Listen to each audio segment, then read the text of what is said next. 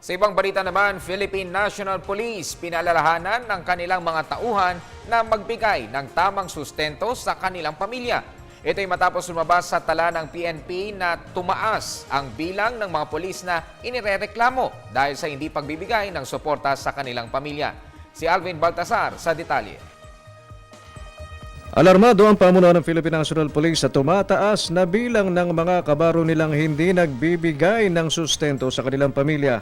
Batay sa tala ng Women and Children Protection Center ng PNP noong 2013, 542 mga pulis ang inireklamong nagpapabaya sa kanilang mga dependents na bumabagsak sa kategoryang abandonment and non-support.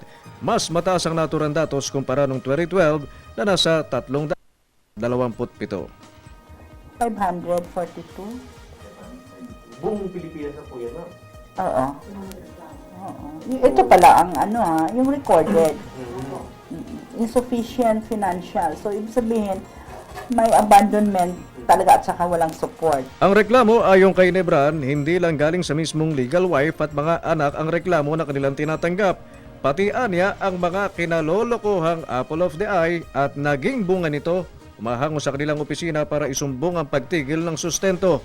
May nadadaan naman sa magandang usapan kapag pinagharap ang inirereklamo at nagrereklamo gaya ng settlement na voluntaryong ibigay na lang ng isinusumbong na pulis ang ATM sa kanyang misis. Mga other woman na alam na rin nila kung saan sila pupunta. So, pumupunta din sila dito. Kasi siyempre, the fact na recognize ang anak.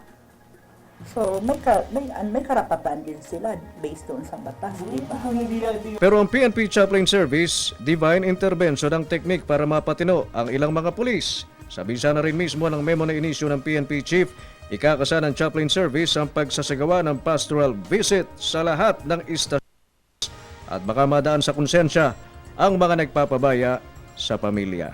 That all the chaplains nationwide will reach out, will go to the offices, will go to the stations, and conduct counseling, one-on-one counseling to our PNP personnel. Para sa Telebisyon ng Bayan, Alvin Baltasar.